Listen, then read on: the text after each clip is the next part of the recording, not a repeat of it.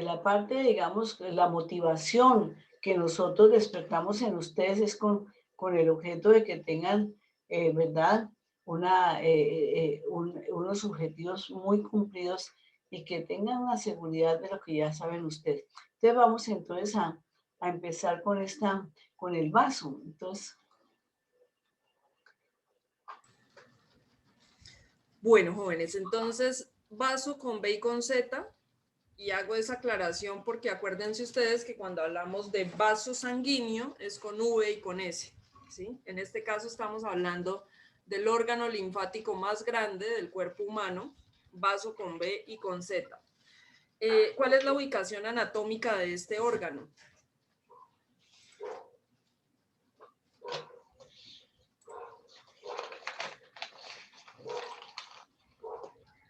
A ver, ¿qué dice Sebastián Barón? ¿En qué área se ubica el vaso?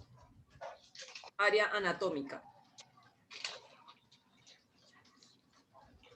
Eh, en la parte derecha, debajo del estómago. Derecho no. izquierda. De la derecha Entonces, está el hígado. ¿Izquierdo? izquierdo. Creo que la derecha está el hígado. Ah, es que así tenía la clase teórica. Esa a la izquierda, a la derecha está el hígado, ¿no? A la izquierda está el vaso. El vaso es cuando se forma el intestino anterior, se desarrolla en la parte caudal del intestino anterior. Entonces, cuando rota el estómago, hace la rotación el estómago, entonces, ¿qué pasa? El vaso se va hacia el lado izquierdo y se lleva también el páncreas en formación y se hacen retroperitoneales, o sea, que ellos se fijan a la pared abdominal en el lado izquierdo. Entonces quedan rodeados de una membrana de mesotelio, ¿m? Y por esa razón es tan especial porque esa es, digamos, la razón por la cual el vaso queda hacia el lado izquierdo, al final porque ese es el mesenterio, lo que se llama la membrana embrionaria, que se llama mesenterio ventral, o mesogastrio y parte del mesoduodeno ventral. Entonces, rota, y al rotar, entonces, ¿qué pasa? Rota y va por la parte hacia la parte posterior del estómago, rota y esto queda retroperitoneales. Por eso, lo que tú estabas diciendo, como debajo del estómago, pero hacia el lado izquierdo, ¿sí? Bueno, entonces esa es digamos, la ubicación. ¿Y cuánto pesa más o menos?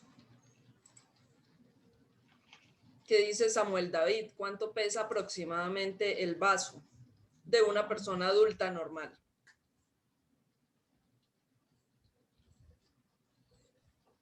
¿150 gramos? Sí, señora, aproximadamente 150 gramos. Es importante la ubicación anatómica y ojalá que ustedes puedan palpar la textura del vaso porque este es un órgano que se puede ver comprometido, les comentaba a sus compañeros, especialmente en los accidentes de tránsito. Cuando hay trauma cerrado de abdomen, el vaso, que es un órgano bastante blando, puede quedar casi que triturado y por eso en muchos de estos casos es necesario retirarlo. Se debe hacer esplenectomía. En condiciones normales, ¿para qué sirve el vaso? ¿Qué dice Nelson Cabrera?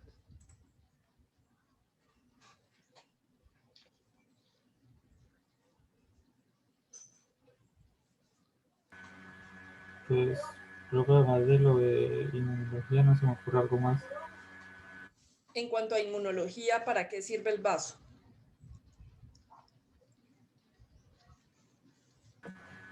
Pues producía linfocitos, ¿no? Recordemos que todos los linfocitos son producidos en la médula ósea, ¿sí? Si estamos hablando del adulto. En la etapa fetal, bueno, el vaso tiene una contribución en la hematopoiesis, pero ya cuando la persona nace, cuando ya estamos observándolo en el adulto, los linfocitos son producidos en la médula ósea. Y entonces, ¿para qué sirve el vaso del adulto?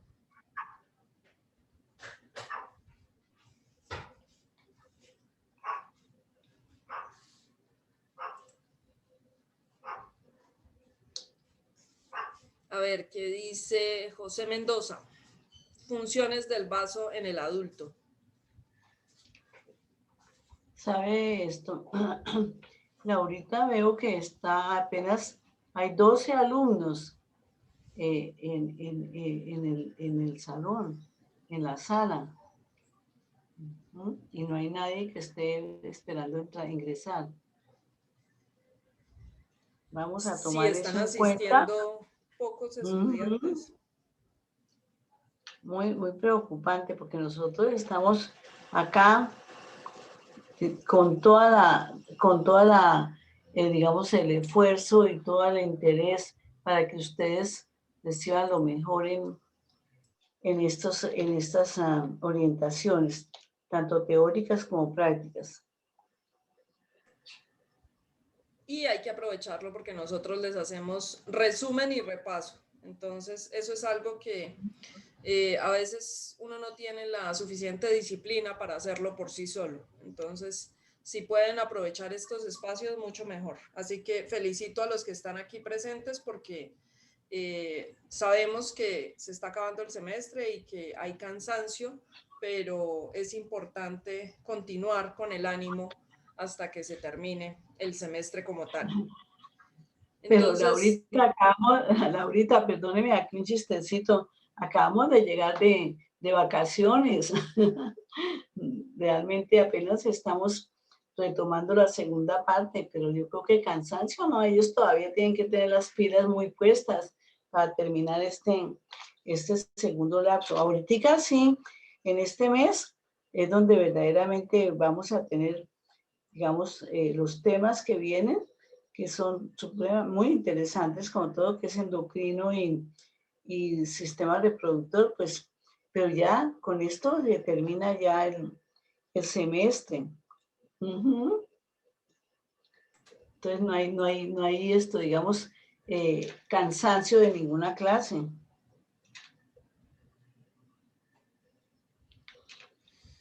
bueno, jóvenes, entonces en esta primera imagen tenemos el vaso a menor aumento. Recordemos que el vaso es un órgano intraabdominal y por lo tanto se encuentra cubierto por peritoneo visceral. Eso quiere decir que si le diéramos menor aumento a esta área en la parte superior, ¿qué vamos a ver aquí, histológicamente hablando?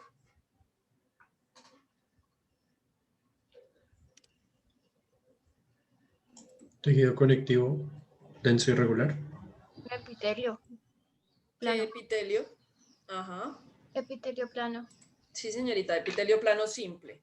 Recordemos que el peritoneo visceral se ve histológicamente como epitelio plano simple. Aquí, como estamos a menor aumento, no lo vemos bien, pero si le diéramos mayor aumento, aquí habría epitelio plano simple. Ese peritoneo visceral es el que hace que el órgano se vea brillante, ¿sí? Ustedes cuando miren el vaso en anatomía se van a dar cuenta que gran parte de este órgano es brillante porque está tapizado por ese peritoneo visceral. Debajo del peritoneo, entonces sí tenemos la cápsula, que es tejido conectivo denso y regular, como mencionaba su compañero. Esta es la cápsula esplénica. Y ese mismo tejido conectivo denso y regular se mete dentro del vaso. A ese tejido conectivo que está adentro lo denominamos trabéculas. Y esas trabéculas llevan los vasos sanguíneos. Entonces por allí entran las arterias, salen las venas. Trabéculas esplénicas. ¿En qué áreas dividimos el vaso? ¿En pulpa roja y pulpa blanca? ¿O esa no era la pregunta, profe? Perfecto, sí, así es. Sí, señorita, pulpa roja, pulpa blanca.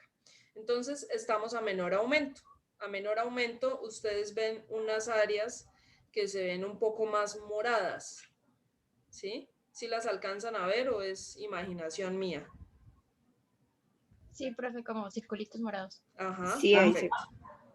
Entonces, eso que ustedes ven más morado corresponde a la pulpa blanca, cuando la vemos a menor aumento. La pulpa roja posee gran cantidad de sinusoides, entonces ustedes van a ver aquí unas áreas donde se ven unos espacios blancos que en condiciones normales están llenos de sangre, están llenos de eritrocitos, pero bueno, aquí los estamos viendo como espacios blancos. Todos esos son los sinusoides de la pulpa roja.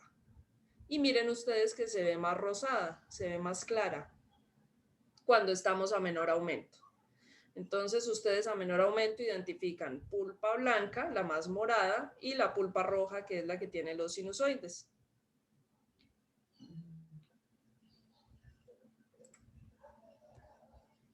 Le damos mayor aumento. Y entonces aquí al lado derecho, ¿ustedes qué dirían?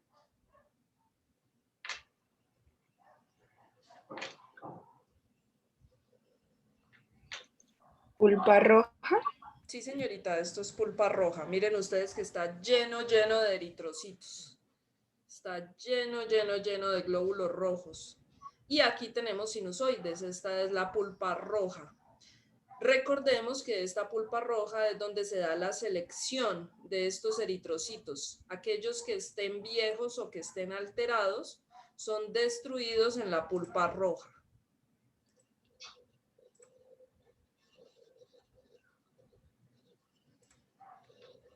Y al lado izquierdo, entonces tenemos pulpa blanca. Específicamente, ¿qué nombre le vamos a dar a lo que les voy a señalar con la flecha? ¿Qué nombre le damos a todo esto?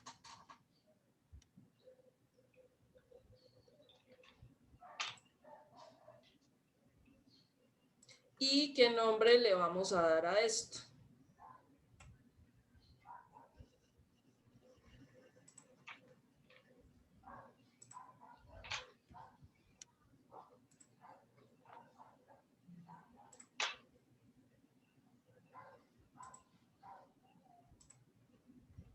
Un folículo linfático Sí, señorita, muy bien. ¿De qué tipo? secundario. Perfecto. Es un folículo linfático secundario. El que señalamos con el número 1, que es toda esta flecha amarilla. ¿Y qué nombre le damos a lo que tenemos con la flecha verde con el número 2? Zona germinativa. Centro germinativo. Centro germinativo o centro germinal. Eso es lo que nos permite saber que es un folículo linfático secundario. Perfecto, entonces la pulpa blanca está constituida por folículos linfáticos tanto primarios como secundarios. En este caso es secundario porque seguramente ya ha estado en contacto con antígenos. Resulta que al vaso le llegan los microorganismos a través de la arteria esplénica. Y la arteria esplénica entra y se ramifica múltiples veces. Las ramas pequeñitas que vamos a ver de esa arteria esplénica, como la que tenemos acá, la denominamos arteriola central de la pulpa blanca. Esa arteriola central de la pulpa blanca, que es una rama pequeña de la arteria esplénica, está rodeada por linfocitos T. A esos linfocitos T que rodean la arteriola central de la pulpa blanca, los vamos a denominar vaina linfática periarteriolar o vaina linfática periarterial. Son linfocitos T. Entonces, si ustedes van a evaluar la pulpa blanca del vaso, dicen que allí hay dos componentes. Uno de ellos, la vaina linfática periarteriolar, y el segundo componente, los folículos linfáticos. Esas son las estructuras que componen la pulpa blanca del vaso. ¿Es claro hasta ahí?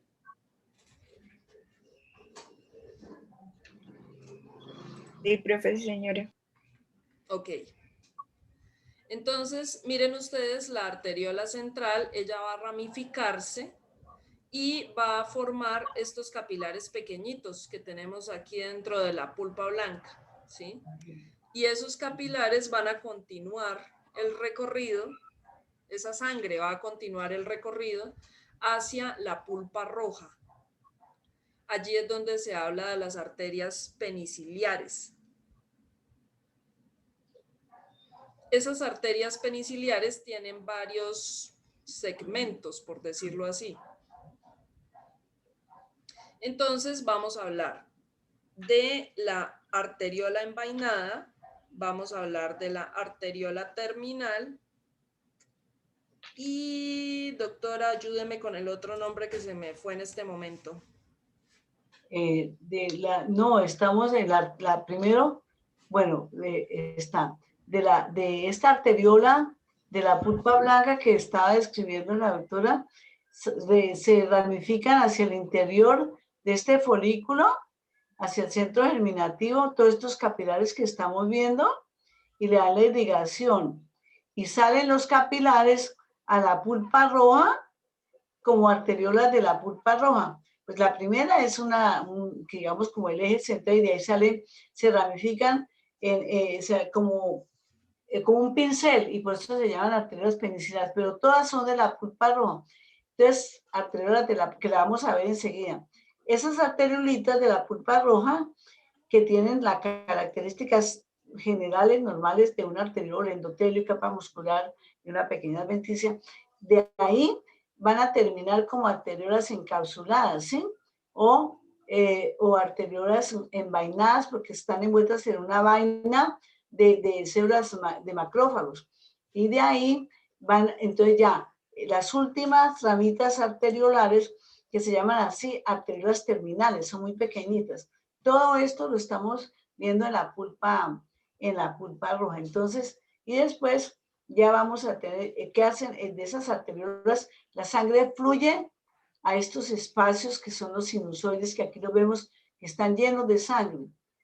Tal vez ahí, ¿está bien, doctora? Sí, señora, muchas gracias. Sí, pues digamos que algunas de esas, para completar, esas arteriolas terminales están tapadas, selladas. Entonces la sangre tiene que salirse al espacio intersticial del vaso, y esa es la circulación abierta la circulación cerrada, perdón. Y otras arteriolas de la pulpa roja terminales comunican con los sinusoides de la pulpa roja. Y de esa manera, pues, la circulación es continua, se llama circulación cerrada, ¿no? La otra se llama circulación abierta. Cuando no sigue el vaso no directamente desemboca en los sinusoides, sino que se cierra y el contenido del plasma y de la sangre tiene que salir al estroma y luego llegar a los sinusoides para seguir su camino. No sé, yo quisiera, no sé, de pronto, si la doctora Laurita tiene también, Diana, ¿qué preguntita tienes? Profe, quisiera saber si me quedó claro. Entonces, bueno, iríamos como de las trabéculas, nos moveríamos hacia la arteria central de la pulpa blanca. Perfecto. Después de ahí, iríamos a la pulpa roja. Entonces, de aquí salen los capilares que van a irrigar aquí el centro germinativo de este nódulo linfático. No, es que ella dice que dice que la No, pues arteriola central de la pulpa blanca. Entonces, estamos hablando de esta. Entonces, ¿De ahí qué sigue? Salen los capilares que entran de aquí se ramifican los capilares que van a irrigar el nódulo linfático, ese nódulo linfático. ¿Y las peniciliadas cuáles serían? Y de ahí entonces salen, de estos capilares salen las arteriolas que llaman genéricamente arteriolas de la pulpa roja, normales. En la pulpa roja, pequeñas arteriolas, y de las arteriolas de la pulpa roja, entonces terminan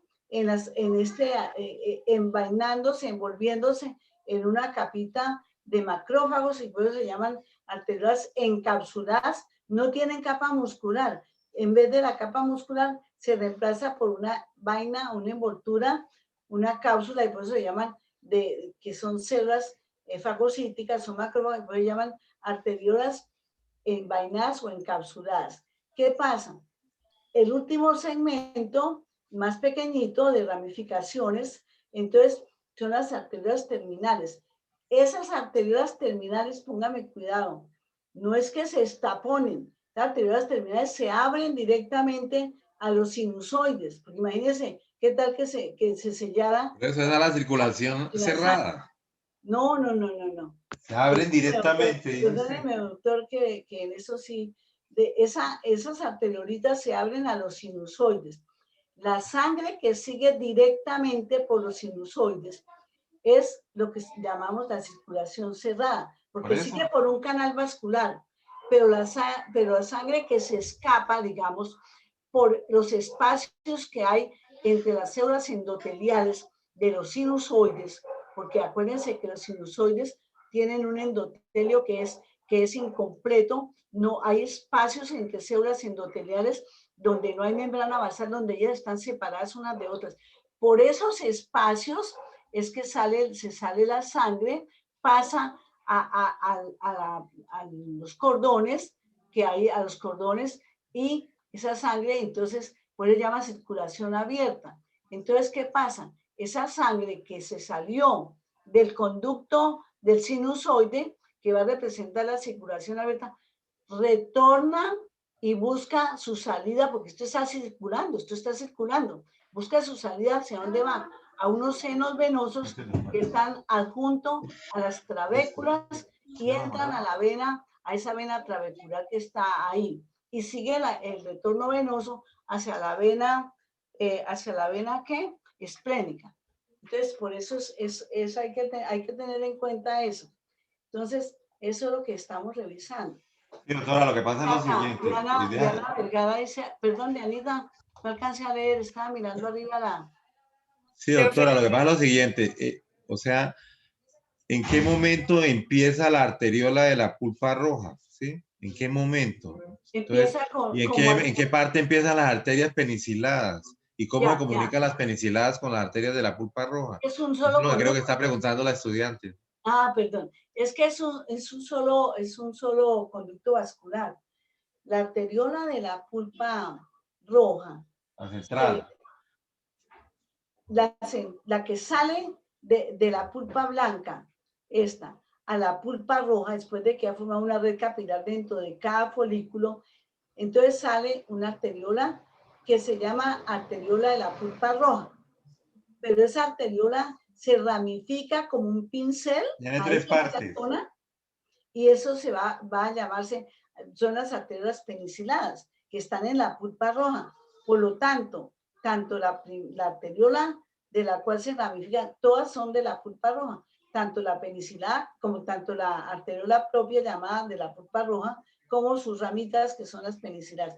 Todas esas arteriolitas están en la pulpa roja.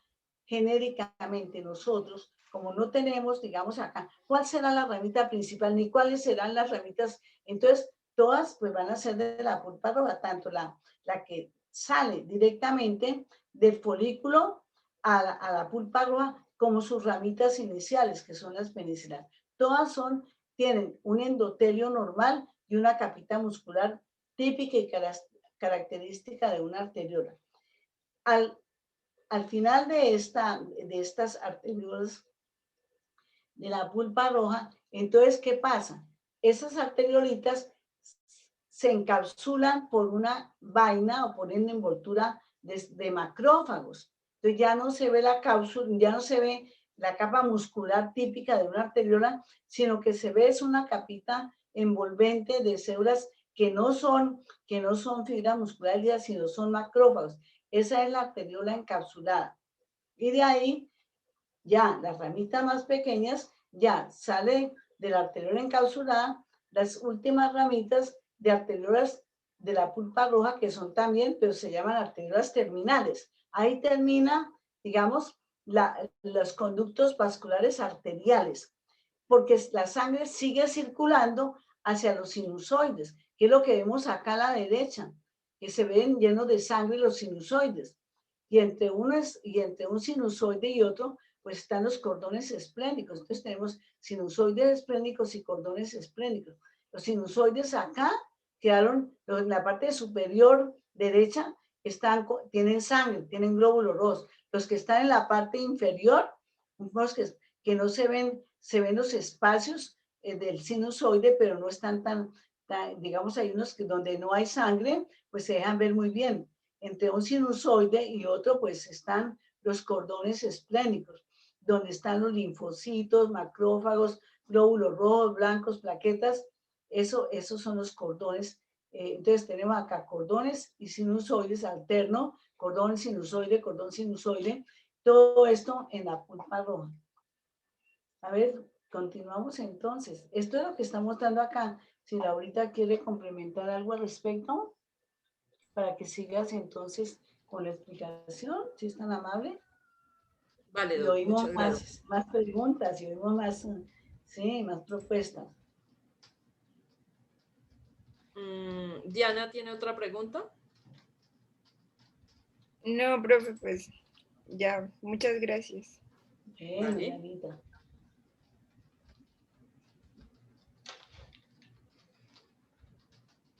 Bueno, en esta imagen tenemos un corte a mayor aumento donde estamos observando una trabécula esplénica. Miren ustedes el tejido conectivo denso y irregular que se metió dentro del órgano. Esto es una trabécula esplénica.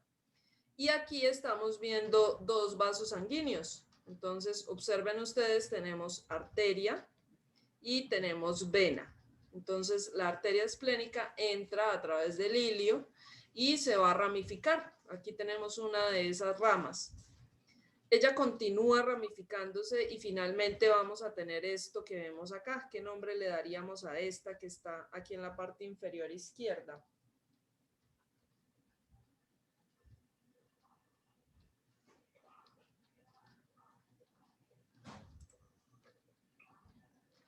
¿Qué dice María José? ¿Qué nombre le daríamos a esta que tenemos aquí en la parte inferior izquierda? Profe, pues la verdad no sabría. No importa. Eso, estamos en ese O sea, ejercicio. no sé si es parecida a la imagen que estamos viendo ahorita o es algo completamente diferente. Vea, hay una cosita, perdóneme doctora, dejémosla ahí. La doctora les comentó que dentro del vaso, las trabéculas que vienen tanto del ilio como de la cápsula se van ramificando. Esas trabéculas están formadas por el mismo tejido de la cápsula, que es tejido conectivo, denso y regular, con fibras colágenas, fibras elásticas y fibras musculares lisas. Esa misma, esto es lo que estamos viendo, una trabécula, todo.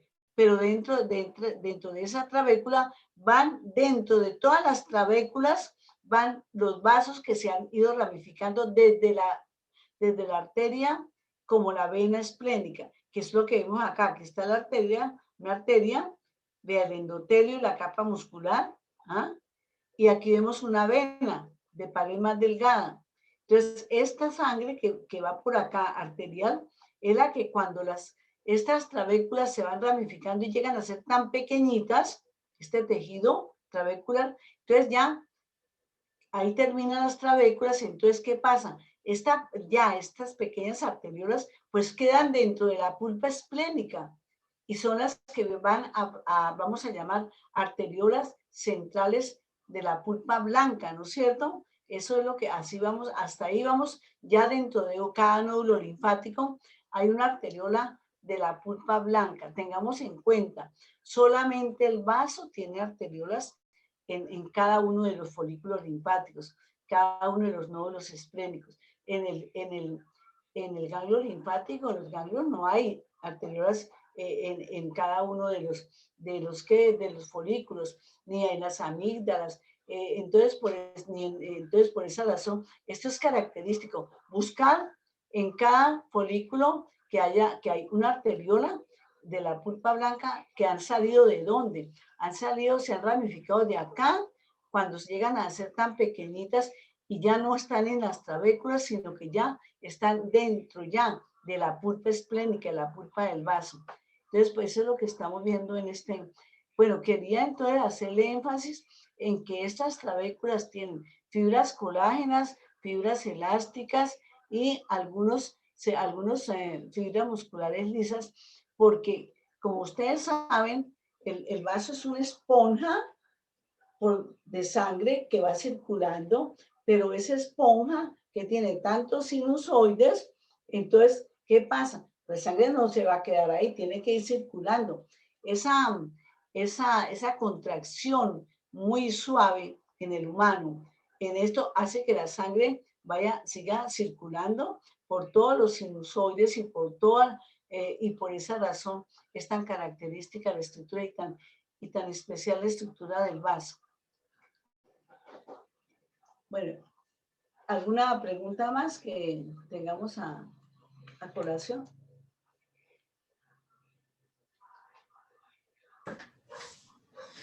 Vale, entonces, ubicados aquí, le daríamos el nombre a esto de pulpa central, de arteriola central de la pulpa blanca. Y Ajá. fíjense ustedes que alrededor esta área se ve mucho más morada, ¿sí? Esto hace parte de la pulpa blanca. Si lo comparamos con esta área, por ejemplo, si ustedes miran acá, esta área se ve un poco más rosada. Y de todas maneras vemos los espacios que corresponden a los sinusoides. Siempre que ustedes vean esas áreas más blancas, más rosadas, todo esto corresponde a la pulpa roja, en la cual pues se ha perdido la sangre. Usualmente esto está lleno de eritrocitos. Y entonces en esta área, fíjense ustedes que tenemos un color mucho más morado. Hay gran cantidad de linfocitos allí y eso hace parte de la pulpa blanca. ¿Qué diríamos acá?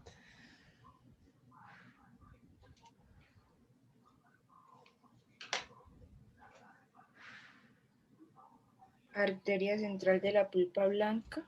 Uh-huh, O ahí sí, ya señorita. estaría. Okay. Perfecto.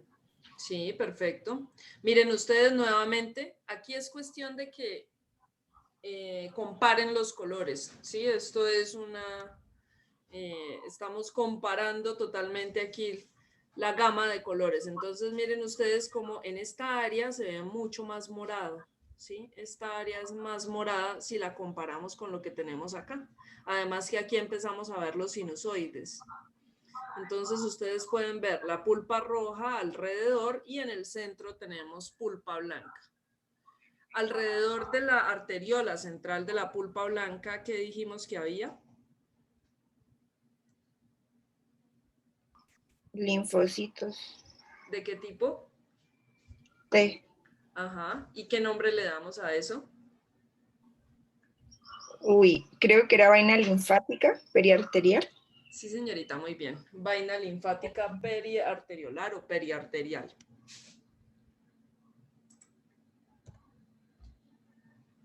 Aquí estamos dentro de la pulpa roja a mayor aumento.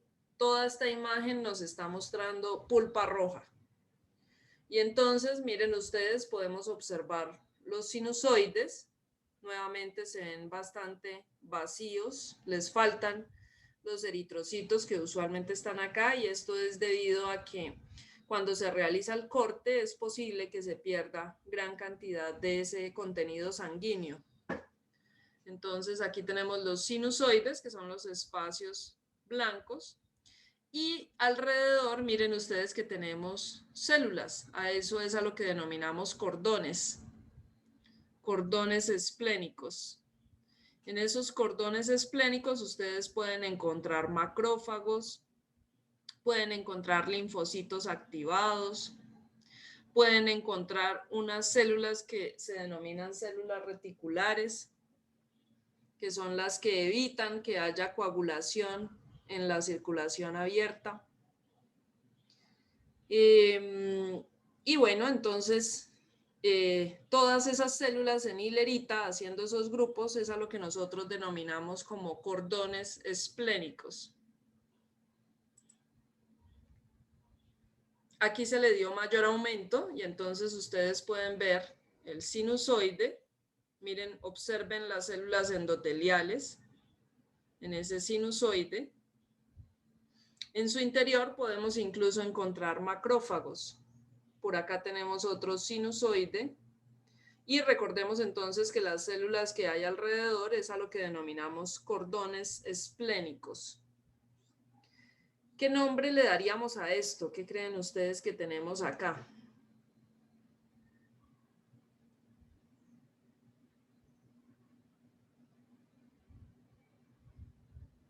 Una arteriola central de la pulpa blanca, ¿no? Vamos bien hasta la arteriola, ¿sí?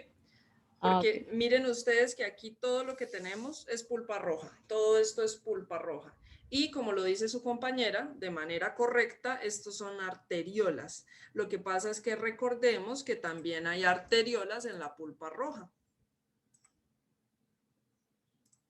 ¿Sí? Profe, entonces en la pulpa roja no se le dice central. No. Ok. Cuando decimos central es en la pulpa blanca, ¿sí?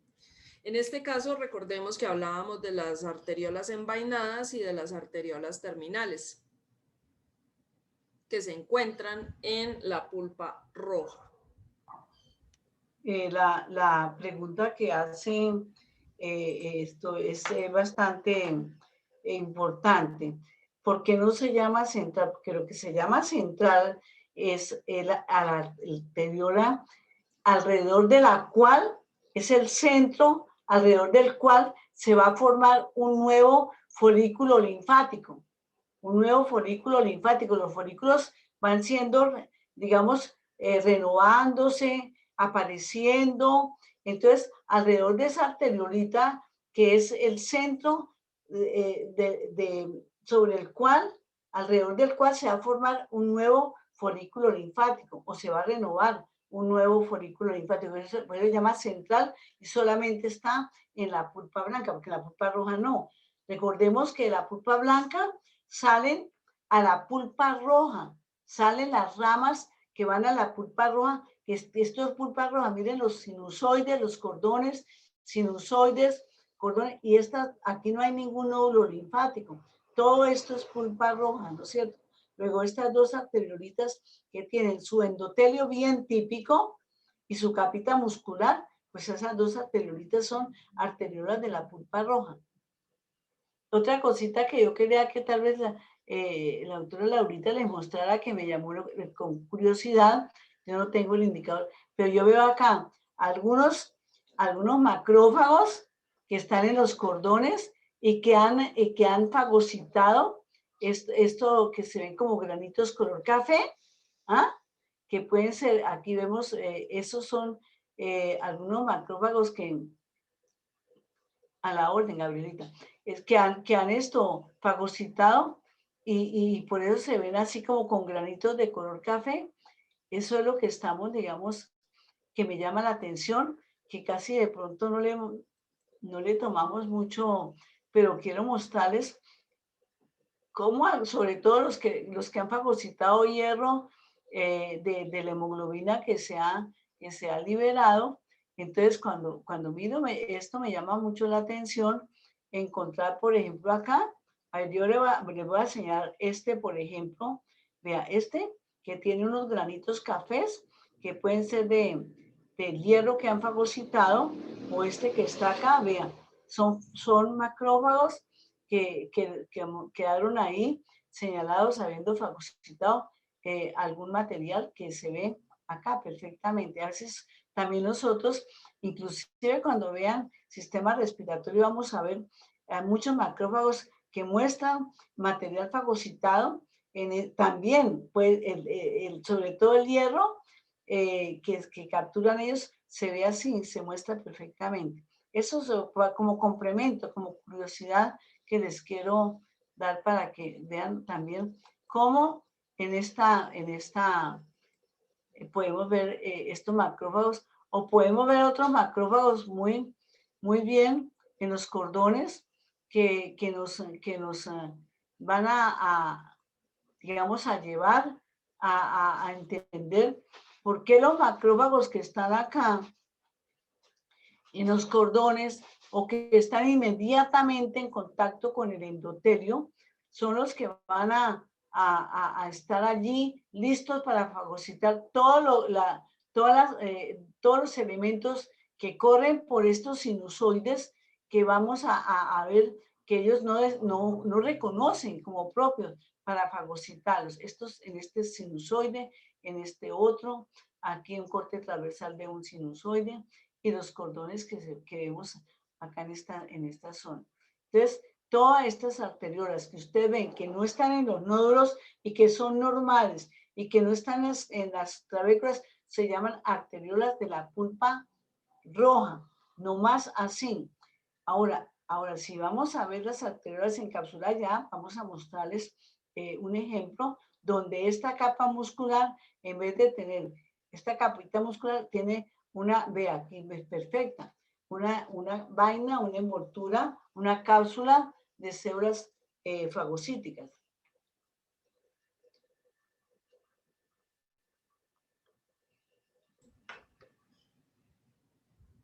Entonces, jóvenes, ¿en qué área nos ubicaríamos aquí? ¿Qué diríamos si vemos esta lámina histológica?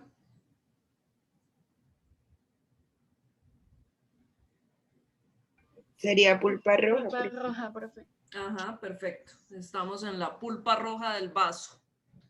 Pulpa roja del vaso. Miren ustedes que se pueden ver también sinusoides, podemos ver cordones esplénicos y bueno, esta imagen se tomó especialmente para mostrarles a ustedes la arteriola encapsulada o arteriola envainada que se encuentra dentro de la pulpa roja. Bueno, pregunta. ¿Han visto en anatomía el anillo de Waldeyer? No, profe. No, profe. No, señora. Bueno, escríbanlo por ahí, le dan una buscadita.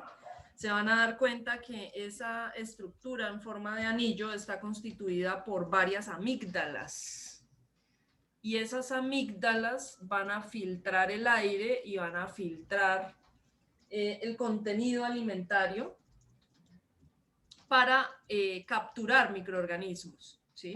Entonces, esta tal vez de los primeros sitios donde los microorganismos van a entrar en contacto con el tejido linfático, que está perfectamente organizado. Entonces, encontramos amígdalas tanto en las vías respiratorias como en la cavidad oral. Si miramos cavidad oral, ustedes van a hablar de la amígdala lingual, que se encuentra en el tercio posterior de la lengua. Esa amígdala lingual es la base del anillo. Luego tenemos las amígdalas palatinas, que ustedes las pueden ver fácilmente cuando se miran frente al espejo, abren la boca y ven allí dos estructuras ovaladas o redondeadas. El anillo continúa con las amígdalas faringeas, que se encuentran en la nasofaringe, y posteriormente las amígdalas perituáricas. Ellas son las que forman el techo del anillo de Waldeyer. Y entonces, ay, ¿qué dice? A ver, ¿me están escuchando bien? Es que creo que moví aquí algo del micrófono. Sí, profe, te oímos. Sí, vale. Entonces, esta imagen que tenemos aquí inicialmente, dime. Discúlpame por interrumpirte, ¿me podrías repetir el nombre de las amígdalas que formaban el anillo, por favor? Sí, entonces tenemos amígdalas linguales, amígdalas palatinas, amígdalas faringeas y amígdalas perituáricas. Gracias, profe. Vale. En este caso estamos viendo amígdalas palatinas.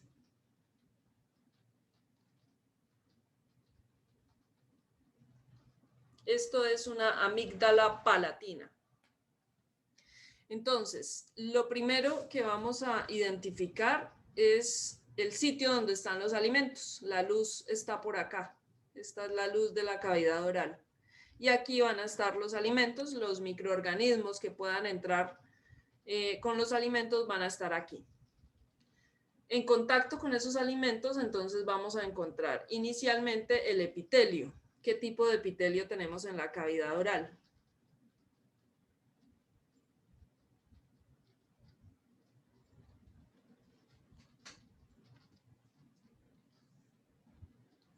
Plano estratificado no queratinizado.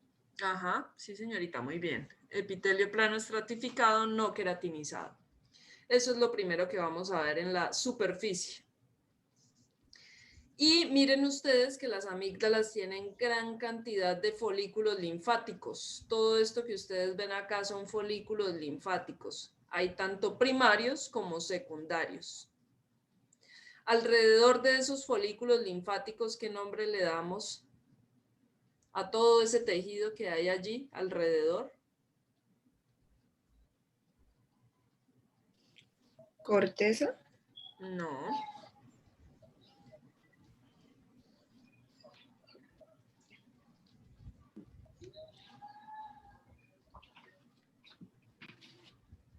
¿Se acuerdan cuando empezamos a hablar del sistema linfático que decíamos que hay, del sistema inmune, que decíamos que hay un tejido linfático difuso y hay un tejido linfático nodular?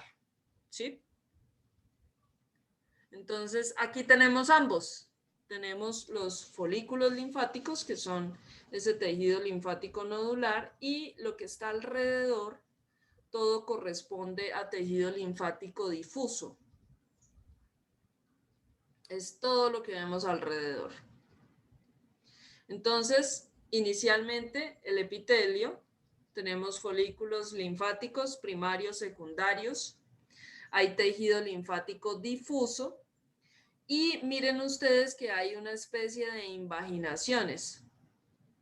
Esas invaginaciones aumentan la superficie de contacto de los alimentos con el tejido linfático. Es decir, si no existieran esas invaginaciones, pues los microorganismos pasaban por acá y no entraban en contacto con estos folículos, por ejemplo. Entonces, a esas invaginaciones las denominamos criptas, criptas amigdalinas. Si ustedes se miran las amígdalas palatinas, van a ver que tienen unos huequitos. Esas son las criptas amigdalinas. En esas criptas amigdalinas los alimentos entran. Los microorganismos entran en contacto con el tejido linfático y el alimento vuelve y sale.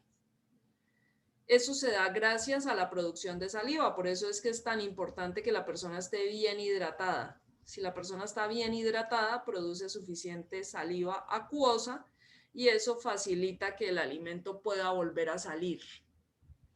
En algunos casos, los alimentos se quedan aquí, atrapados en las criptas, y entonces ustedes van a ver como unas bolitas amarillas en las amígdalas. A eso se le denomina caseum. Caseum quiere decir similar al queso. Y se da por ese atrapamiento de los restos alimenticios en las criptas amigdalinas. Por último, los libros describen una pseudocápsula. Si nosotros miramos aquí en la parte izquierda, hay tejido conectivo que rodea la amígdala, solamente en la parte más profunda, es decir, gracias a este tejido conectivo, la amígdala se puede adherir a las estructuras adyacentes. No se le dice cápsula porque no le da la vuelta a toda la amígdala, ¿sí? Solamente lo encontramos en la parte más profunda. Perdón, Laurita, yo aquí también, perdóneme que interrumpa, este tejido fibroso, conectivo, denso, irregular, con fibras colágenas tipo 1, con fibras elásticas, este tejido que está tan inervado porque tiene una gran inervación, una gran vascularización, este tejido está fijo al músculo de la faringe, es el tejido que fija la amígdala y el cirujano tiene que hacer esto. Por eso también lo llamamos hemicápsula, o sea, como que la amígdala tiene, como es así, coloquémosla que este lado. Entonces, la hemicápsula de tejido fibroso es la que mantiene fija la amígdala a la faringe propiamente. Y porque la otra mitad, que es la superficial, está representada por el epitelio estratificado, o sea que eso es lo que se llama hemi, o lo que está el nombre que está dando la doctora Laurita. EMI es porque es media, esta es como la mitad y la otra mitad es la superficial. Digamos, a eso es lo que se refiere. Y yo veo acá, inclusive en esta hemicápsula, a veces podemos también encontrar algunas glandulitas de secreción mucosa, ¿sí? Es también probable que se puedan observar. Y vasos linfáticos, como estos que yo veo acá en esta parte inferior, unos pequeños, que están llenitos de linfocitos. ¿De dónde vienen esos linfocitos? Pues lógicamente de toda esta cantidad de tejido linfoide que hay y que nosotros vamos entonces a observar con mucha claridad. Entonces, yo quería hacer también que van a encontrar en los libros el nombre de hemicápsula, vean. Y esa hemicápsula viene y penetra, vean ustedes, fíjense cómo viene a penetrar por acá, mientras que va llevando como si fueran unos pequeños tabiques, pero eso, y esta rugosidad que tiene por toda la superficie, esta amígdala, esta rugosidad que presenta, esta irregularidad, se da porque las amígdalas, como estaba diciendo la doctora en este momento, ellas tienen unas profundas invaginaciones, perdón, son como un laberinto. Entonces, cuando ustedes se pueden inclusive ver las amígdalas, ven que tienen como unas invaginaciones profundas que son las que llamamos criptas amigdalinas. Estas criptas amigdalinas están revestidas también por el mismo epitelio superficial, y esas criptas, cuando vienen las bacterias que invaden y que se alimentan también con los detritus alimenticios que se van quedando metidos ahí en ese gran laberinto, entonces esas bacterias vienen a buscar allí, digamos, su medio de vida y se van a alimentar y van a producir todo lo que conlleva una amigdalitis, la inflamación, el dolor. ¿Por qué es tanto dolor? Pues por toda la cantidad de nervios que hay acá en el tejido conectivo de la hemicápsula. Por todos eso es lo que tenemos, digamos, a disposición. Por otro lado, yo les contaba, pues, que más que la doctora Laurita puede reafirmar que en estas bacterias, dentro de estas bacterias que llegan a infectar las amígdalas, están, por ejemplo, muy peligrosamente los estreptococos betemolíticos. Esos estreptococos van a causar grandes daños, que no es solamente el daño local, la inflamación local, la fiebre, todo lo que lleva la amigdalitis, sino que ellos elaboran una toxina que se llama streptolicina. Esa toxina va ¿a dónde? Va, por ejemplo, a causar daños inflamatorios en las articulaciones, vamos a ver, por ejemplo, el reumatismo, daños renales, daños a nivel cardíaco, inflamaciones que van a tener, digamos, una connotación muy importante. Entonces, por eso yo siempre invito que a veces uno dice, o la gente, o todos, ay, no, es una amigdalita, yo me hago unos enjuagues con no sé qué, con sí sé cuándo, y me las calmo, y sigue. No, realmente lo que yo les insisto es que esto es digamos, una situación clínica que se debe atender rápidamente y que esto no se puede mantener como una amigdalitis crónica porque va a llevar a problemas bastante, digamos, clínicos muy lesivos para la salud. Entonces, yo quería como contribuir con esto para que veamos lo importante que es esta parte de todas no solamente las amígdalas palatinas, cuando ahora vamos a ver las amígdalas que llamamos faríngeas, que son tan importantes, que están en la parte posterior, en la nasofaringe, y las amígdalas tubáricas que están donde la tuba auditiva se abre también en la faringe. Entonces, esto es lo que quería pues complementarles con relación a esto. Y si la doctora Laurita nos quiere contribuir un poquito más con esto, la parte, digamos, que me parece como muy instructiva y complementaria para este grupito.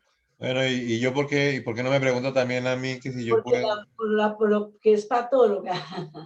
No, sencillamente esto, también quiero participar, ¿no? Digamos que los lugares donde hay linfocitos, donde hay folículos o todo esto en el organismo prácticamente en los que están en contacto con el mundo exterior. Entonces aquí vemos que la comida, por más que esté, tiene bacterias, ¿sí? Por más que, o sea, por ejemplo, la comida se acostumbra a comer caliente porque sería lo único que... Pero las bacterias están por todos lados. Entonces está el anillo de Baddeley, como dice, pues como protegiendo esa entrada hacia el esófago, pero a la vez está la amígdala nasal, que es, ¿no? La llaman las adenoides algunos, o la tubárica, y las tubáricas, y esas limpian es el aire. Uno inspira el aire por la cavidad nasal, también lleva bacterias. Entonces están protegiendo tanto, digamos, en cierto modo, la vía respiratoria como la vía oral para una primera defensa fuerte con este anillo de tejido linfoide. Por eso también los vemos como mal, como tejido linfoide asociado a los bronquiolos o a los bronquios, porque lógicamente el aire lleva bacterias y el epitelio pues debajo pues tiene que tener estos mecanismos de protección con linfocitos, en este caso con folículos primarios o secundarios que lo vamos a encontrar ahí. Pero tú no vas a encontrar por lo menos en sitios que estén estériles, como en la vejiga, debajo del epitelio, en los uréteres, ¿sí? Ahora lo vamos a ver en el intestino, en los sitios del intestino donde hay muchas bacterias, ¿no? En el estómago no lo vamos a ver prácticamente porque no hay bacterias, como decía. Entonces lo vamos a ver en el ilion terminal y en el colon, están repletos de bacterias. En el ilion terminal, que es delgado, que ya es lo que va a expulsarse al ciego, a la primera parte del colon.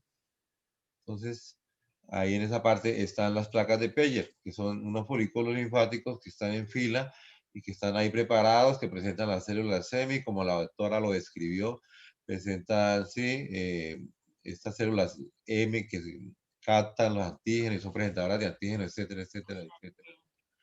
En el colon, si usted encuentra folículos, usted no va a hablar de placas de Peyer, va a hablar de folículos linfáticos, ¿sí? Que están siempre en la lámina propia de la submucosa a una distancia prudencial, depende del sitio, van a estar ahí porque son sitios de bacterias. O sea, el intestino inicialmente no tiene bacterias porque el estómago es completo, el ácido no deja que reviva ninguna clase de bacteria excepto el Helicobacter pylori que con la evolución se acostumbró a vivir ahí y no hace daño. Solamente un 5% de las personas infectadas con Helicobacter pylori, que ustedes lo van a ver mucho y hay un tratamiento que se hace para eso, porque duele mucho como si fuera una úlcera gástrica y la persona pierde peso y todo cuando es sintomática, ¿no? Entonces esa es la estrategia como el tejido linfoide. Lo mismo hablábamos aquí.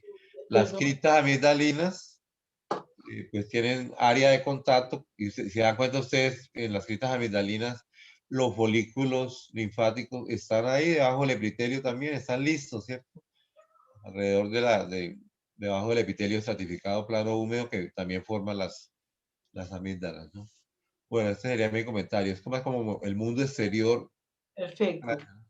Yo quería también comentarles que las amígdalas palatinas en el tejido que no es nodular, sino es un tejido linfoide denso, pero no nodular, hay vénulas de endotelio alto donde están en esa zona, en relación con ellas están los linfocitos T. Entonces, en los nódulos están los B y en el resto del tejido linfoide están los linfocitos T, asociados realmente por la presencia de vénulas de endotelio alto. Yo preguntaba a la doctora Laurita, como patóloga, digamos, como patóloga, en el sentido exacto de este órgano, de estas amígdalas, si tenía alguna, digamos, algo más que fuese interesante para complementar, digamos, la motivación del estudio de este órgano, precisamente de este órgano. Entonces, no sé qué.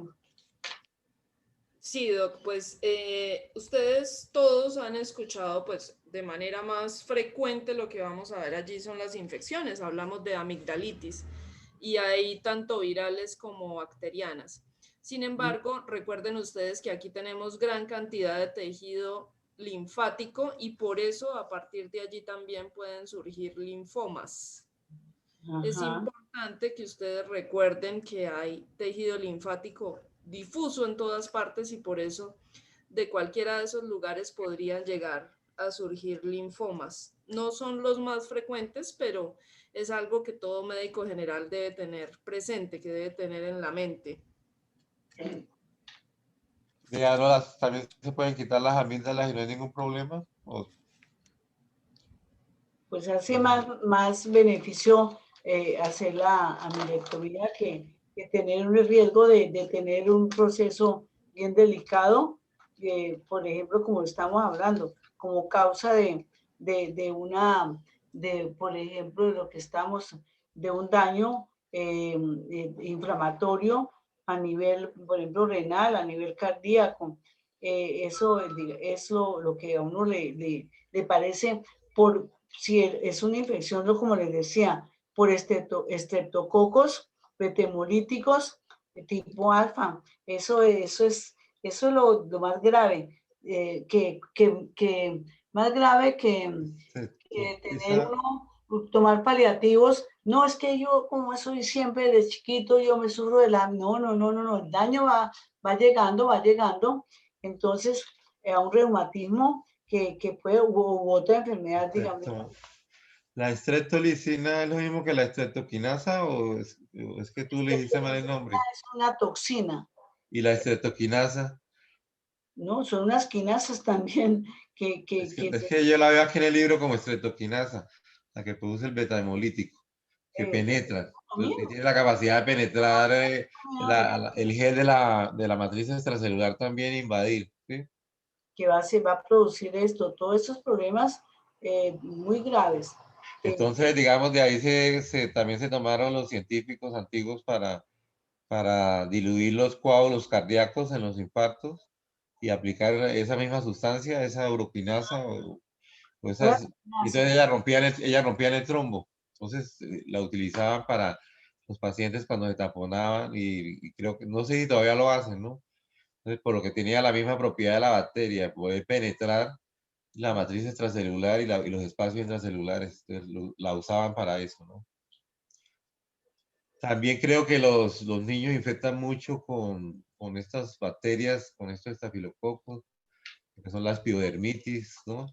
Pero también debemos tener en cuenta que tenemos una flora bacteriana normal en nuestra piel y bacterias residentes benéficas que están ahí, viven, no causan infecciones, no se multiplican demasiado y nos protegen de las bacterias patógenas, por lo cual no hay que eliminarlas, ¿sí? Hay que vivir con la flora normal, o sea, pues normalmente como uno vive, ¿no? Pero digamos que antibactericidas totales, que la gente cree que todas las bacterias son malas, ¿sí? Entonces, la bacteria es lo que nos permite sobrevivir, porque si no hubieran bacterias, por lo menos los animales vegetarianos no producirían carne, no habría la cadena alimenticia, ¿no? Esas bacterias son las que hacen que la celulosa se convierta en nutrientes y en todas estas cosas, ¿no? Las plantas. Si quitan las amígdalas, yo tengo entendido que podría haber, de pronto el paciente podría tener una infección, lo mismo que cuando se quita el vaso. Ustedes saben que el vaso se quita, que se llama esplenectomía, eso no es necesario para la vida, le dicen a uno, pero no sé, creo que se habla de una infección también por alguna bacteria que se ve en estos pacientes y creo que es el enterococo, ¿sí? Entonces, el enterococo y causa una sepsis y puede llevar a la muerte. Porque uno dice, todas las cosas que tenemos en nuestro organismo, pues por algo estarán ahí, ¿no? Entonces, el problema de estas amígdalas y el anillo de Waldenser es que de pronto se inflaman todas a la vez, entonces puede haber una obstrucción de la vía aérea, entonces el niño se siente asfixiado, el niño llega ya todo inflamado, ¿no? Eso vamos entonces a ver, son las amígdalas, lo que llamamos amígdalas faríneas, vamos a verlas aquí al final que son las que están ahí en la parte, en la parte posterior de las fosas nasales, donde estamos en la faringe ya que tiene un epitelio ya respiratorio, Entonces, por eso, aquí está la foto de esa amígdala faríngea, donde, Sí. sí, No, esa es la amígdala lingual. esta. Por ejemplo, miren, estamos entonces, acuérdense que la faringe tiene 3 zonas, ¿sí? La nasofaringe, la orofaringe y la laringofaringe.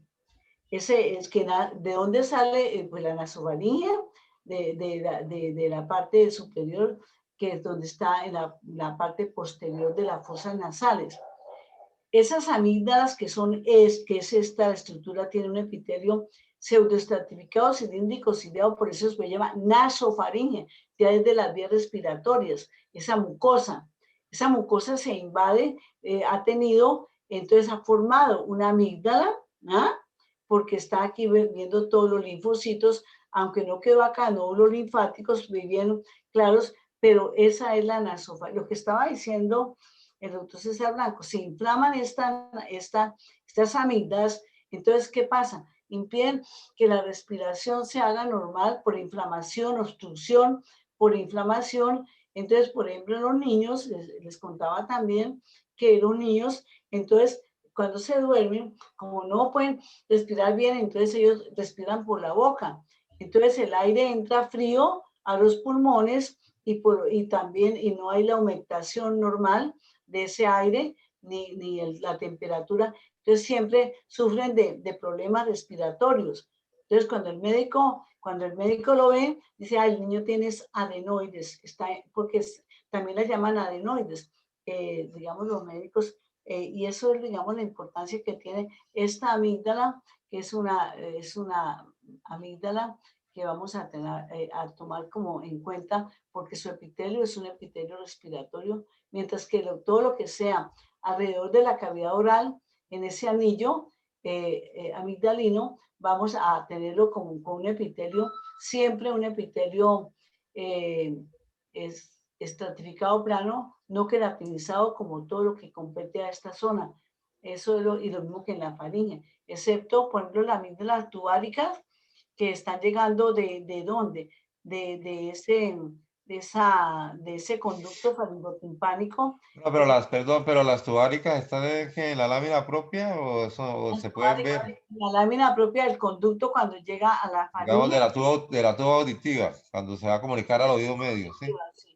Entonces, esa amígdala tubárica tiene ese epitelio cilíndrico, simple, ciliado. Miren ustedes qué particular. Bueno, entonces, O epitelio respiratorio, ¿no? es Me parece muy importante estratificado. saber, sí, me parece muy importante porque pues los participantes, ¿no? de este laboratorio y la doctora Laura lo sabe que pues nosotros como médicos nos tocó enfrentarnos a muchas amigdalitis, ¿sí? Es un problema bastante común en la población y digamos en la consulta de nivel primario de los puestos de salud o de la población, que no es algo grave, pero la gente ya llega y le dice a usted el diagnóstico.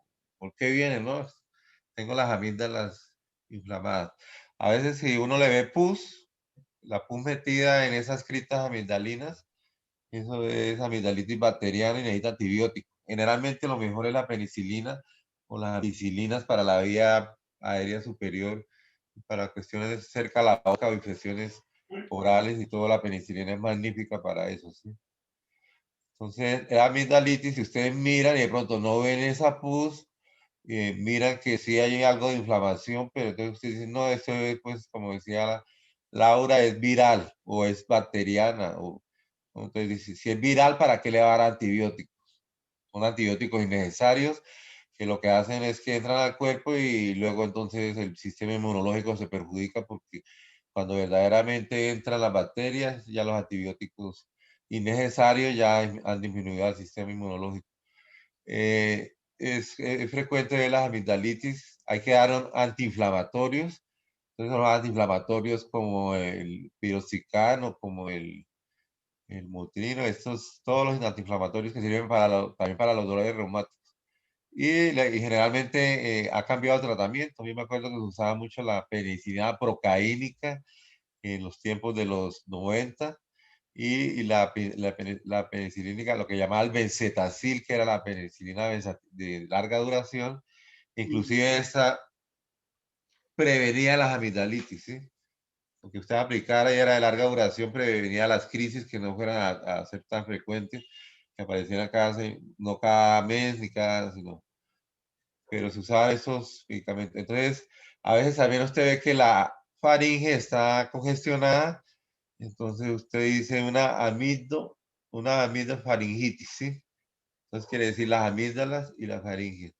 Y a veces el compromiso va hasta abajo, hasta el órgano que produce la voz, que es la laringe, ¿sí? Entonces, ¿cómo sabe uno que de pronto le arde algo? Se vuelve afónico a la vez que tiene amigdalitis, tiene disfonía y le duele todo eso. Entonces serían como comprometidas, ¿sí? Las amígdalas palatinas, la faringe y la... Todas las amígdalas, mejor dicho. Sí. Entonces uno el diagnóstico lo pone así, faringolaringe amigdalitis, ¿sí? Así me acuerdo que uno lo hace. En realidad, como sí, como uno cuando los dos últimos, o sea, cuando uno está haciendo el internado, a veces tiene que viajar, ir a hacer como un mes en los pueblos, ya se siente uno más en el campo médico, a veces lo dejan hacer consultas solo, ¿sí? Ya, ya uno sale como al ruedo, como uno con esos deseos de estar con los pacientes, ¿no? Pero esta infección se encuentra, es bastante frecuente en los diagnósticos, ¿no? Y pues ya que es la única vez, la única oportunidad que tienen de verla ustedes histológicamente, casi con los cortes histológicos, pues quería recalcarles en eso. Ok, entonces, Bueno, ¿qué más hay? ¿Qué otros, qué otras preguntas puede haber con relación a este laboratorio? Pueden ustedes, ay, aquí está la doctora Laurita que va nuevamente a continuar aquí con las amígdalas sí, linguales. nos quedan todavía como 15 minuticos, entonces podemos hablar. Discúlpame, en la lámina anterior, esa amígdala, o sea, es en la faringe. La anterior es la nasofaringe. Ok, Es la parte de las fosas nasales, inmediatamente a las coanas empieza la nasofaringe. Entonces, y Sí, después ya vamos y llegamos entonces a la mucosa, en la parte posterior de la cavidad oral está la orofaringe, que es ya con epitelio ya una mucosa oral, y después vamos ya a la faringe propiamente, empezando obviamente ya por de la orofaringe y la laringofaringe, que es lo que vamos digamos, en contexto, son parte ya de esa parte ductal de la cavidad oral. Entonces, a eso esa es son mucosas, pero en estas mucosas se ha formado ese tejido amigdalino que es lo que compete ya como órganos, como un órgano que tiene sus caracterizaciones particulares. Estaba diciendo como decía la doctora Laurita, en la amígdala palatina, ¿ah? Que está en la faringe, realmente ¿dónde? Pues realmente en la parte ya donde está establecido el músculo faríngeo y donde va a tener una mucosa donde es revestida por un epitelio oral, que es el estratificado plano no queratinizado, y todo lo que vimos al respecto. sí, por lo menos esta lámina, algunos estudiantes dicen que no se ubica. Miren, en la parte superior está el epitelio respiratorio, esa parte superior, ¿sí? Es un epitelio que tiene células basales y parece que fuera estratificado. Entonces, el epitelio respiratorio es lo que cubre la amígdala nasal, por decirlo así, que la que está en la cavidad. Ahora, cuando usted llegue y le dice a una persona, abra la persona abre la boca lógicamente y usted lo que ve al fondo es la orofaringe, detrás de la úvula, ¿cierto? Ahora, si esa adenoides o esa amígdala nasal está crecida, usted puede llegar a percibirle los bordes, porque ella está escondida en la cavidad nasal, pero si se agranda y las amígdalas iguales se agrandan y se agrandan las palatinas, entonces el orificio para respirar es diminuto. Entonces los otorrinos, que son los que operan esto, ellos deciden sacar las amígdalas, pero cada vez las indicaciones para sacarlas son menos, ¿sí? O sea, hay que dejarlas ahí porque para algo están ahí y de pronto entonces quitamos algo que es necesario. Pero sí tenerlo en cuenta, ¿no? Entonces, ¿ya entendiste? Y debajo queda el tejido linfoide de la amígdala. Aquí en este caso no está formando no los linfoides, sino está formando un tejido linfoide difuso. De pronto los Por linfocitos. esta parte inferior, O sea, es que yo no, o sea, la verdad estoy algo perdida aquí, no sé, o sea, lo que se ve en la parte de abajo, ¿qué sería? todo eso es tejido linfoide, todo, todo, todo. En la parte inferior que se ve como una zona más clara, es como estamos en un aumento grande. Mire la, entonces vamos a ver, en la parte inferior estamos como en el centro germinativo de un folículo, ¿ah? Y está rodeado por una zona más densa de linfocitos. Espérenme un momentico, aquí voy a colocarles acá. Espérame un Pero segundo. tú sí observas el epitelio, niña. ¿Lo observas o no? Mm, Mira la parte de arriba, que es diferente. Doc, me voy a devolver un momentico para mostrarles. Si quieres, espera un segundito, ya te voy a dejar acá para mostrarles a ellos algo Miren, hagan de cuenta que el corte se hizo aquí. El corte se hizo de esta manera.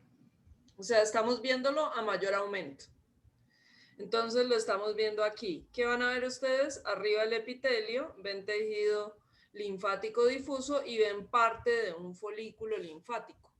Pero es que lo tenemos a mayor aumento. Entonces es como si vieran este cuadrito nomás. Sí, pero tener en cuenta de que el epitelio allá epitelio es es diferente. respiratorio y aquí el Ajá. epitelio es estratificado plano no queratinizado. El epitelio respiratorio se ve, si miramos la gráfica, alcanzamos a verle la otra, si quieres, alcanzamos a verle las células basales, ¿sí? Mira, ese montón de pepitas que se ve ahí arribita. es que yo no sabía ni dónde estábamos, pero ya Mira, sí, mejor. esas son las células basales del epitelio. Y de ahí hacia arriba el epitelio es epitelio respiratorio porque pasa al aire. Es un epitelio Y, cilíndrico pseudoestratificado, ciliado. Y se alcanza a ver la superficie del epitelio ahí que le cubre, ¿cierto? parte inferior. ok, una cosita, perdón. Perdón, quería lo que estaba tratando de buscar acá para mostrarles en toda la parte inferior. Yo estoy viendo que como está en un aumento grande, entonces voy a buscar aquí una forma de mostrar, de lineal lo que es un folículo grandote. Vea, les voy a que no sé cómo, vamos a esperar un momentito, les voy a aquí a O colocar. sea, donde el color negro, negrito, como los linfocitos alargados ya no es tan denso. La parte central, de abajo. Toda esta zona que veo acá, de aquí, toda esta zona es el centro germinativo de un gran folículo. Y esto que está acá, donde veo alrededor, ¿m? Que está más denso, pues es la parte, lo que llamamos corona o zona del manto de Pero este. es que Eso sí, eso es es difícil porque está como muy homogéneo la parte de la corona, no sé, que aquí lo que hizo. arriba, ¿no? Sí, sí, donde todo esto, sí. Y el resto está tejido linfoide difuso, presentado pues en todo, representando todo el tejido linfoide que está ocupando esa membrana, digamos, mucosa. Entonces, el tejido, mire, fíjense acá arriba el epitelio que le estaba mostrando. A ver qué dice Diana, por favor.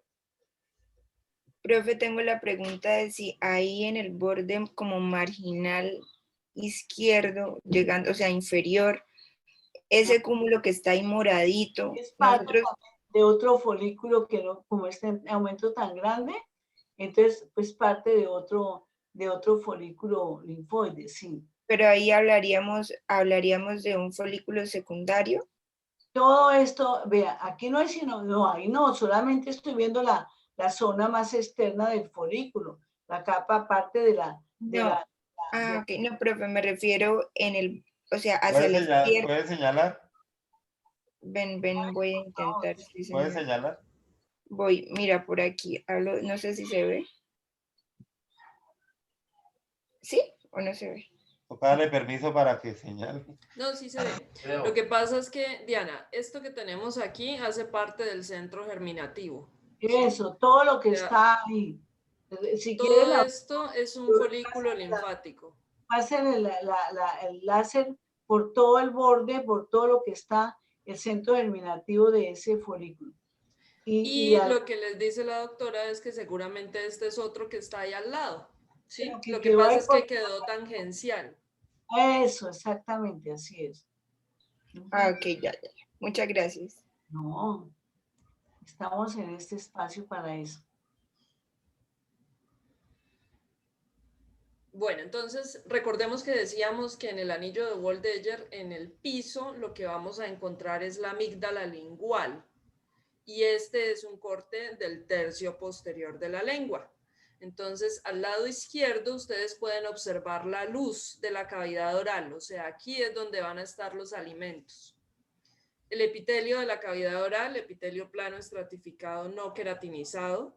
Y miren ustedes que debajo tenemos todo esto de tejido linfático. Entonces, nuevamente, recuerden que cuando evaluamos tejido linfático hay un tejido linfático nodular, que son estos folículos linfáticos, primarios, secundarios, ¿sí? Y además de eso tenemos el tejido linfático difuso, que es el que está en medio de ellos. Todo esto es tejido linfático difuso. ¿Qué nombre le daríamos a esto que hay aquí, que quedó también en corte como oblicuo tal vez?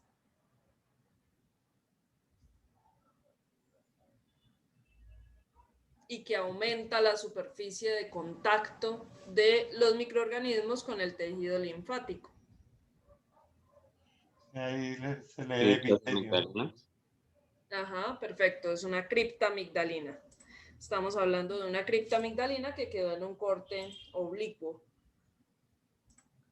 Quería también al respecto, que hay algunas, digamos, también van a encontrar de pronto, donde dicen que en las amígdalas linguales no hay verdaderas criptas, que más bien hay como repliegues de ese epitelio y que al hacer los cortes se ven como estamos observando acá, como con la figura de una cripta, pero es muy superficial, muy, no es tan profunda como las amígdalas. Claro, en realidad es que son criptas no tan profundas. Sería ¿no?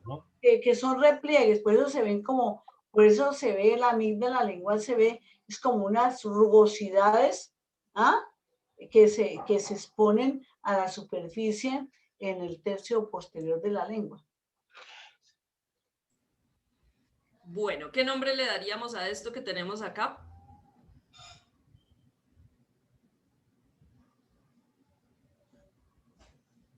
Pseudocápsula.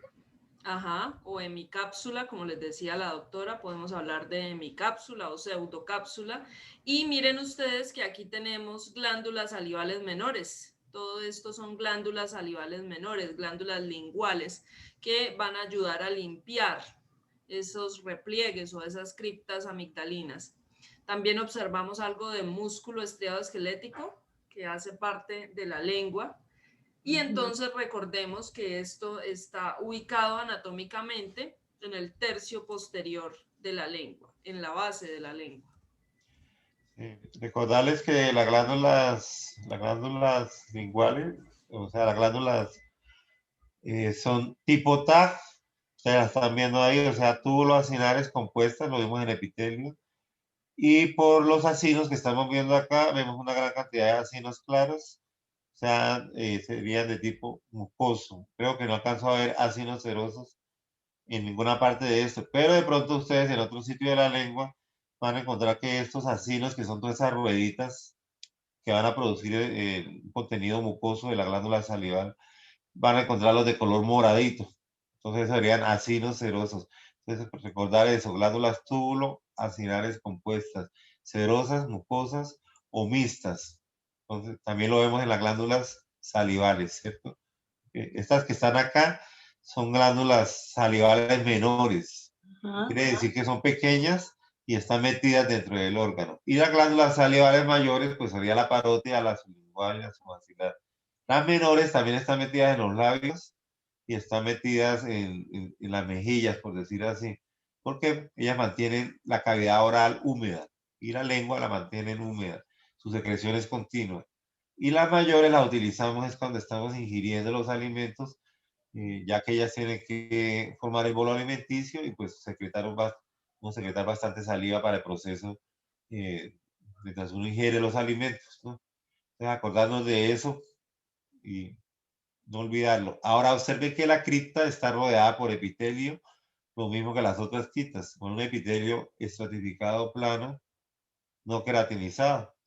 Y lo que se dice, aumenta el área de contacto y con que el alimento cae, llega a estos lados, si tiene antígenos, ahí están los folículos linfáticos, que en su mayoría son folículos secundarios con centros germinativos, ¿no? Entonces, característico del sistema inmunológico, ¿no?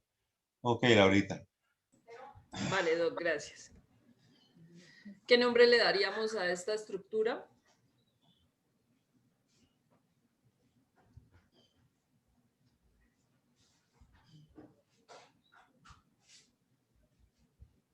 A ver, jóvenes, último intento, nos falta poco.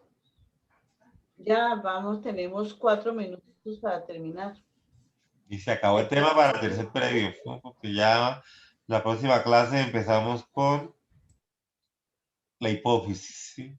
O sea, el sistema endocrino. Folículo, contesta alguien en el chat. ¿Folículo de qué tipo? Primario. Folículo linfático primario, sí señor. Comparen este con estos que tenemos acá. Fíjense ustedes que estos son mucho más grandes, eso es una de las características. Y la otra característica es la presencia de los centros germinales o centros germinativos. Entonces aquí tenemos 3 folículos linfáticos secundarios y un folículo linfático primario. ¿Qué nombre le daríamos a lo que hay alrededor? Nombrándolo como tejido, sí.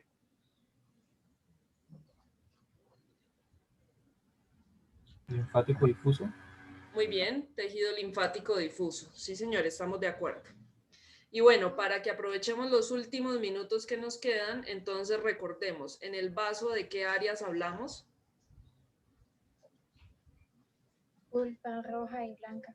Perfecto. Pulpa roja, pulpa blanca. Cuando estamos en un ganglio linfático, ¿cuáles son las áreas que observamos en un ganglio linfático?